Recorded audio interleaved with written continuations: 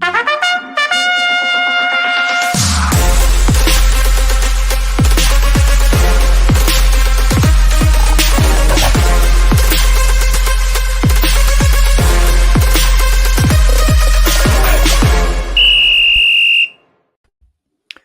everyone, and welcome to the All Four Downs podcast, where this show gives you every play, every news, every rivalry, personnel, games, and of course, our Saturdays, which are very sacred to the game of football. That's right, I'm your host, Obi-Wan, and I'm going to guide you through all four downs here.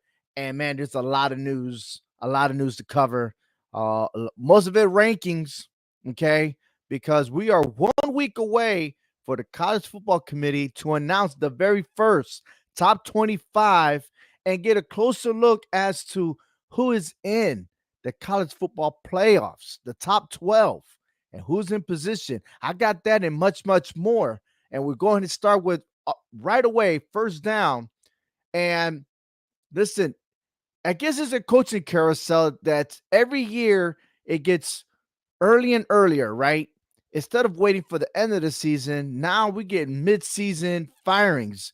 And like Mike Houston last week got fired from East Carolina after losing back-to-back games from Charlotte and Army. Now we got news that Southern Miss fired Will Hall after starting 1-6. Now these are some colleges, they're not from the powerhouse, but if they're already firing coaches, just imagine the powerhouse. If their coaches are not having a winning season, what could happen to them? Man, this is mind-boggling already. And then, furthermore, you have offensive coordinators and defensive coordinators getting replaced. It's going crazy. So who's next? Who or which coach will be on the hot seat right now? And I'm going to tell you that USC head coach Lincoln Riley, I mean, look, if this season's not that hot, man, it's got to be burning. Throughout the time he was with Oklahoma, he had winning seasons, okay? And it's been spectacular because he's averaged 2 losses a year. I mean, that's spectacular. And then within the Big 12 conference, I mean, he was always contentious. First 3 years in first place, and then, second place, playoffs. I mean, Oklahoma's always been contenders. But then he decided to walk away and jump ship to USC. And yeah, first year, 11-3. Congratulations. But every year ever since that, they've gotten worse and worse. So he's making nearly $20 million a year. Now, there's been word that he's not going to get fired, supposedly, because it costs too much for USC to let him go. And again, and I'm going to tell you, don't feel sorry for coaches getting fired, because if they get fired because of team performance and everything else, they still get a paycheck, okay? And there's a buyout. But the thing is, the buyout from Lincoln Riley costs more than his actual salary. So it doesn't look like USC is prepared to let him go. But you never know what could happen. I mean, this is the first year Lincoln Riley is in the Big Ten. Okay? What would have happened if USC was still with the Pac-12? Maybe. I don't know. But then again, you started 11-3. Then you went 8-5. You jump over to the Big Ten Conference. You have a 4-4 record. That's not good for business. And from Lincoln Riley, all I can say is he had more support in Oklahoma than he did right now with USC. Because it seems like, look, Oklahoma has been contenders. Even before Lincoln Riley became the head coach, they've been contenders. And so he rode the ship. But now he went by himself all the way to USC. They always say the grass is not always greener on the other side. Yeah, he's learning that right now. Other coaches to consider: Mike Norvell, for his stuff that happened in Florida State. He did admit that he made a major mistake this year. All right, his concentration and everything else for the team, he didn't do a good job. So maybe he is forgiven. But to let you know, this is his worst season since he started the job with Florida State. He is currently 1-6 in the conference, 1-7 overall. Okay. In his first season, he was 2-6 and 3-6, but that was during COVID, right? A lot of players opted not to play. It was a mess during COVID season. Oklahoma State University, Mike Gundy, he should be in the hot seat. I mean, this guy's been coaching since 2005, and his first year it was a terrible year, but he's taken off. But this year, he hasn't won a single game within the conference. Overall, he is 3-5. Is this it for Mike Gundy? Do Oklahoma State, the Cowboys, do they need a new vision, a new mission? Because right now, it's not working. Sad news. Concussions is playing a big part in college football. And sadly, Jack Tuttle from Michigan and Grayson McCall from North Carolina State both announced their retirement from the game. Both, they said something similar to this occasion, and that is health is more important. It really is. Okay. And it's sad because especially that I followed Grayson McCall for when he was with Coastal Carolina. And yes, he was injured, but now more and more information is coming out that he did suffer some concussions while playing for Coastal Carolina. And it continued. And the decision was made within the family that this was it. And it's sad, because both these guys have dreams and they wanted to make it far up there. But reality sits in, man. It's like, how much concussions can you deal with, right? So the risks outweighs the reward.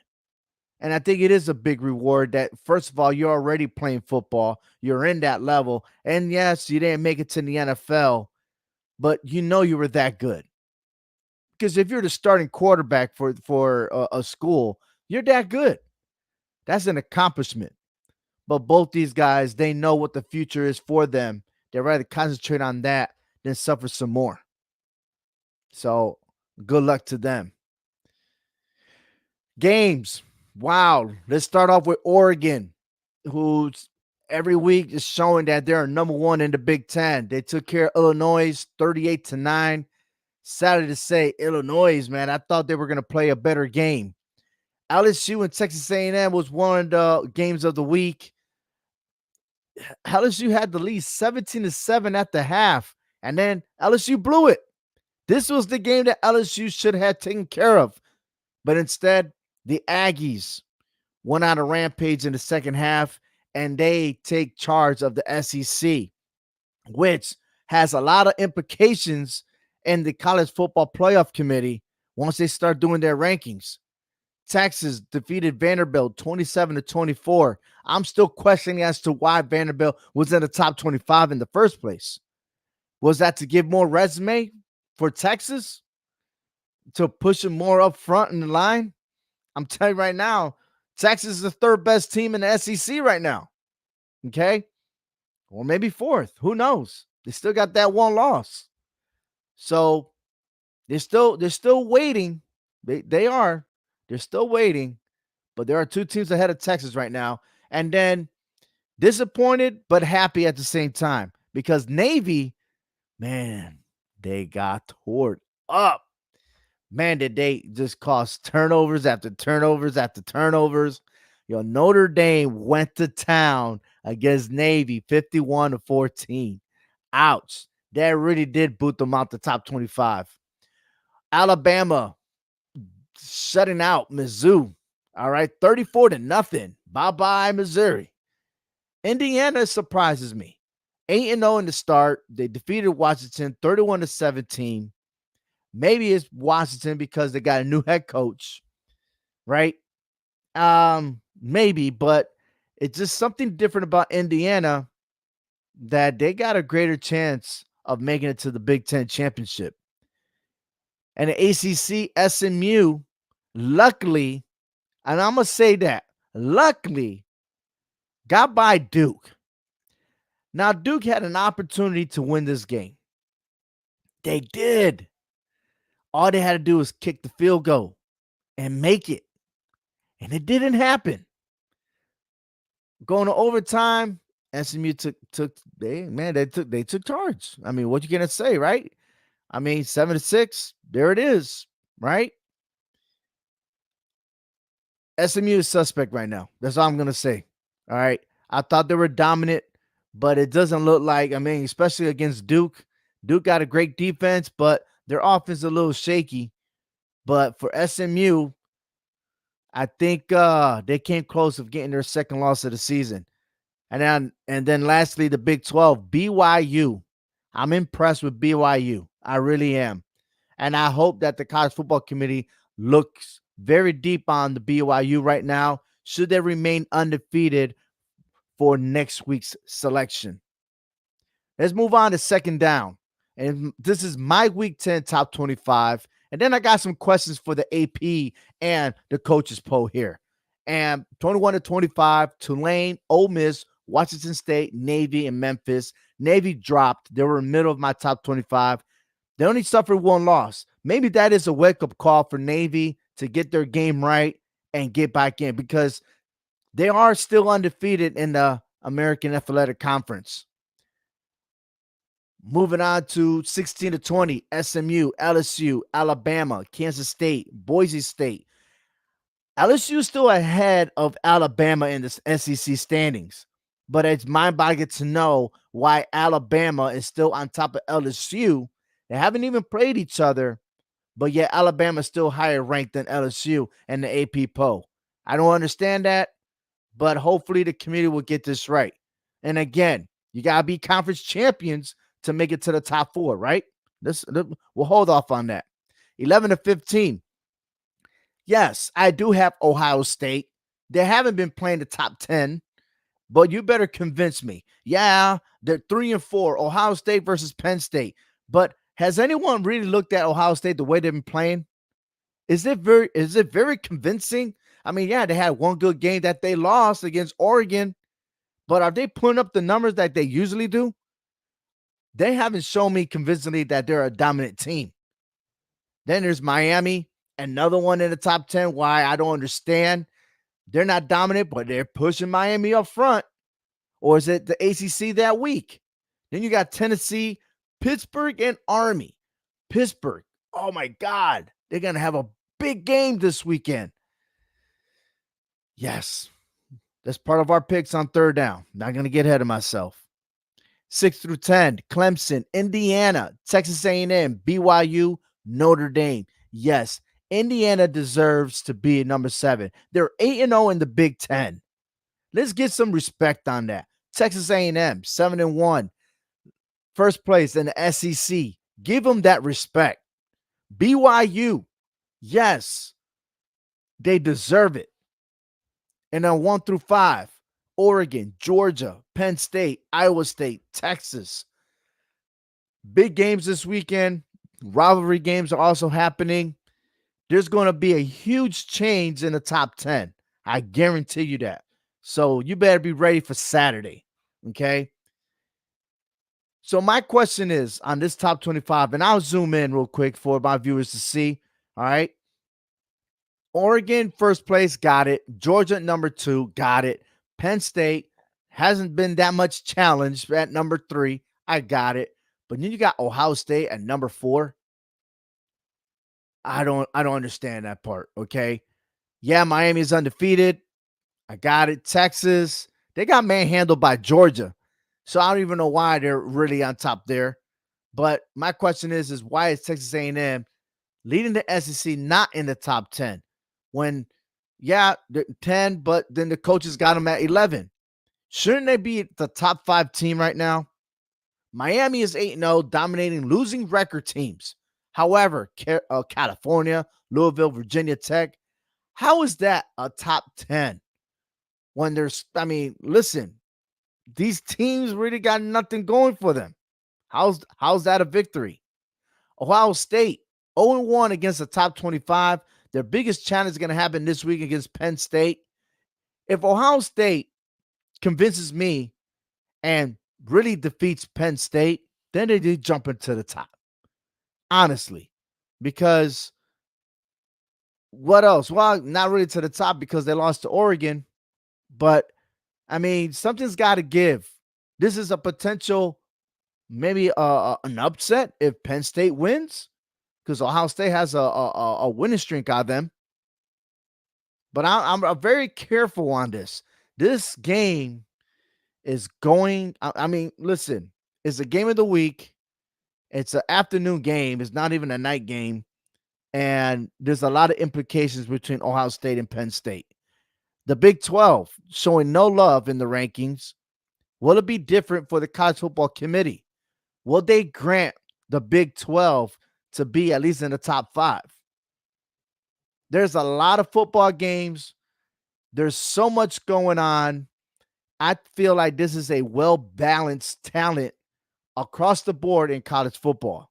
And you could blame it on the Neil, you could transfer portal and everything else. That I gotta say that the talent has gone spread all over college football right now because everybody wants to make a name for themselves. But the AP and the coaches poll, I don't think they understand that yet. Okay. Because it's almost like we're keeping the traditional teams on top and not recognizing the schools that are trying to make that run. There's been a lot of upsets. I mean, we had a lot of different number one teams in the rankings. And we could possibly have a new number one team after this weekend.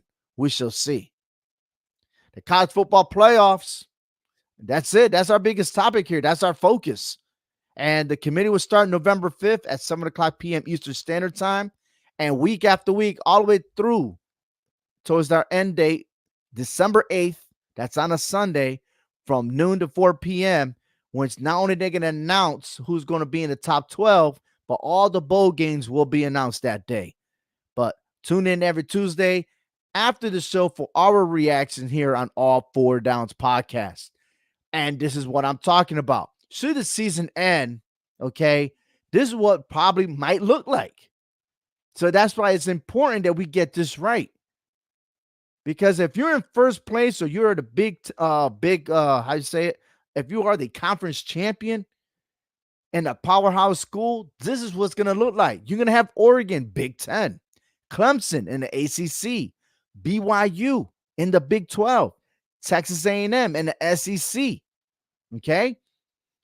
Then who's going to be the best fifth conference champion? Is it Boise State or is it Army? Right now, I'm choosing Army. These are great games. The Mountain West Division, I don't know how valuable that is comparison to the American Athletic Conference, but there's a lot of good games. And I think it's more competitive in the American Athletic Conference than the Midwest. And then let's go in order and see if this fits, right? You have Penn State, number 7, Georgia, number 6, and Texas at number 8. I think that's legitimate, but it's going to change after this weekend. And then you have Indiana, Ohio State, Notre Dame, and Iowa State. I think that is, how you say it, more diverse than trying to stack with just only the Big 10 and the SEC. And outside looking in, Miami, Tennessee, Pittsburgh, SMU, any of those 4 schools that I just mentioned could easily win the conference championship and put themselves in a bye week. You still got Alabama, Boise State, Kansas State, and Tulane. And that's just, again, there's so many pieces going on. And it's fabulous because it opens a lot of doors to all these schools that, you know what? It seems like by the time December 8th comes, there's going to be some upsets. And the teams that you might think supposed to make it to the top 12 are going to get out. So it's important to stay away. I think a 2-loss team does not deserve to be in the top 12. But I got a good feeling that if Alabama was to run the table, despite not making to the SEC championship, they might squeeze in the top 12. I will be very disappointed, especially about the competition that's going on. But it happens every year. There's always a team that's going to try to play politics to get their way in there. I'm telling you. All right, let's go ahead and move on to third down. All right, I'm going to start with the first game. Oregon versus Michigan is happening at 3:30 p.m. Eastern Standard Time on CBS Paramount Plus. And what can I say? I'm not trusting Michigan at all. And it's at home. It's at Michigan. If I don't even smell a potential upset on this one, not this season. Michigan might lead the series 3-2, but Oregon won the last two meetings.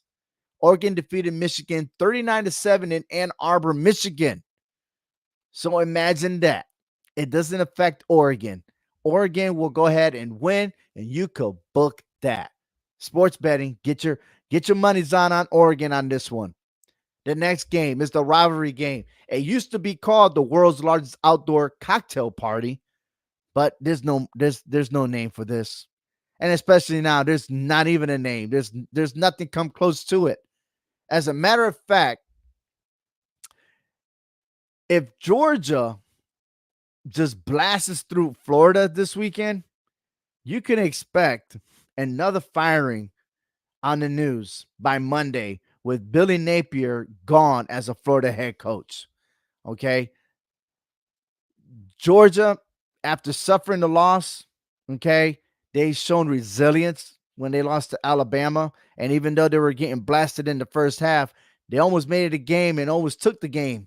Okay. I'm just telling you, Georgia's not going to let go. But I am concerned about that offense because Carson Beck has been throwing a lot of interceptions, turn over the balls, and his receivers been dropping passes. Okay. But this is the first game. I mean, let's just scratch that. The first game of this rivalry came in November 6, 1915, and Georgia won 37-0. Georgia leads the series 55-44 and 2 ties, and they're currently on a 3-game winning streak. This is the 6th meeting on this date, November 2nd. That's where they're going to play. And on that day, just that date alone, there are 3-2 against them. All right. But somehow, some way, when Florida does win, it's always a blowout. But not this Saturday. Georgia will clean house. You could book that. All right. This is the game of the week. Wild APs and the coaches poll. Ohio State visiting Penn State. This is a 12 o'clock game. I have a feeling that if this game was at night, I probably would have chosen Penn State. Now, why does it matter? I don't know. Because the atmosphere, you got the central attention. It's prime time television, right? But this is a 12 o'clock game on Fox, the normal stuff, right? And I got a feeling it might benefit Ohio State because we don't know if the starting quarterback from Penn State, Drew Allar, is going to play. He is a game time decision who suffered a lower leg injury against Wisconsin. Ohio State leads the series 24-14. They currently have a 7-game winning streak, the longest in the rivalry. And when you have a streak, sometimes all that could come to an end. Can Coach Franklin coach so well and lead Penn State to a victory? Ohio State has ruined Penn State chances 3 times while on an undefeated record. It goes to 2017, 2028, and 2023, all under the head coach, James Franklin. Oh, yeah. The last time Penn State had won in State College, was October 22nd, 2016. And there's a rumor out there that politicians may show up in this game. I don't care about politics, but what I care for is who going to win this game. And if Drew Allar is not in the game, then I have to tell you, Ohio State got this game won. Moving on, Duke versus Miami. I got Miami on this pick. Kentucky versus Tennessee. Man, I don't know what happened to Kentucky, a team that was known for their defense. but I'm scratching my head as to why they're 1-5 in the SEC. And sadly to say, I think Mark Stoops' seat is on fire right now. Tennessee leads the series 84-26-9, currently on a 3-game winning streak. I got a feeling they're going to add one more to it, make it number 4. Pittsburgh against SMU. This is a game. Now, I've been high on Pittsburgh, so I'm going to stick with my pick.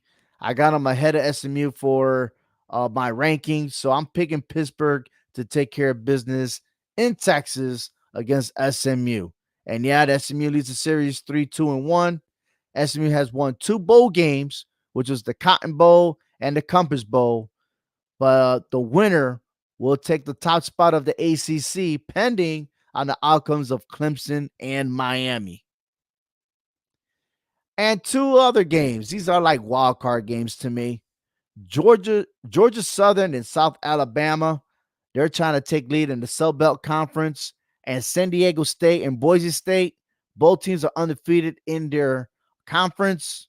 Yeah, San Diego State might be 3-4, but man, that would be a major upset if San Diego State does win this game. But neither team has won more than the 2 consecutive games. Boise State on a 2-game win streak. And for that, even though I picked Boise State, I think they got the talent. I think they could break it. But don't be surprised if San Diego State pulls an upset on this one. Moving on to 4th down. All right, ladies and gentlemen, it is the final whistle. And I want to thank everyone from listening to the All 4 Downs podcast. But I got to say, man, college football committee, yep, it's about to happen. What's going to happen? Really, what do you think is going to happen on Tuesday? How they're going to call their shots? Is it going to be biased, or is it going to be fair and square? And we see the bigger picture as to why it had to be 12 teams in the playoffs. You got to. You got it. We got to show it. We got to have it. Okay? Because while that's going on, you got teams building culture and leadership. And with culture and leadership, it goes a long way. It really does. It goes a long way. Because you're setting the tone for your organization, right? And their leadership often reveals in true values. And you build on sportsmanship, accountability. You know, you're adding this resiliency, like Georgia versus Alabama, as I mentioned before. Okay. There was news about how Army and Navy, non-scholars, sticking together each and every year, not worrying about the transfer portal, not worrying about Neil, not worrying about all that chaos, right? And they're handling business in their conference. You know, there's just so much into this that we can't let the outside affect all that. True fans supporting their teams. That's big. That's that culture. Okay. But then you got those on the other side that critique and influence others or influence media and putting pressure on everybody to fire the coaches. Right. But it all boils down to the college football committee. They got to get this right. But are they? We don't know, because this is the first time that we have a top 12 teams. We're going to see those brackets. The hell with the top 25. I want to see who's in it right now, who's outside looking in. I'm just curious. I'm impatient. I want to know, are these teams that are undefeated going to be slotted correctly? Yes, there are additional rules, right? You win the conference championship, you're in, especially in the powerhouse, the ACC, the Big 12, the Big 10, SEC. Then you got the non-power conferences like the American Athletic Conference, the Midwest Conference, Conference USA, the Sun Belt Conference. It could be anyone. It is important to get this right because, after all, there's a reason why we all love Saturdays. We all love the weekends, and we definitely love football. So let's do right. Let's do right. Thank you for watching the All Four Downs podcast. I'm your host, Obi-Wan. And tune in every Tuesday, 8 o'clock p.m. Eastern Standard Time. And also, in addition, Mondays, video. You're going to hear my reaction and my prediction of my top 12. So tune in, subscribe, leave your comments below. Who is your top 12? Can't wait to share it. Take care, everyone. This is All Four Downs.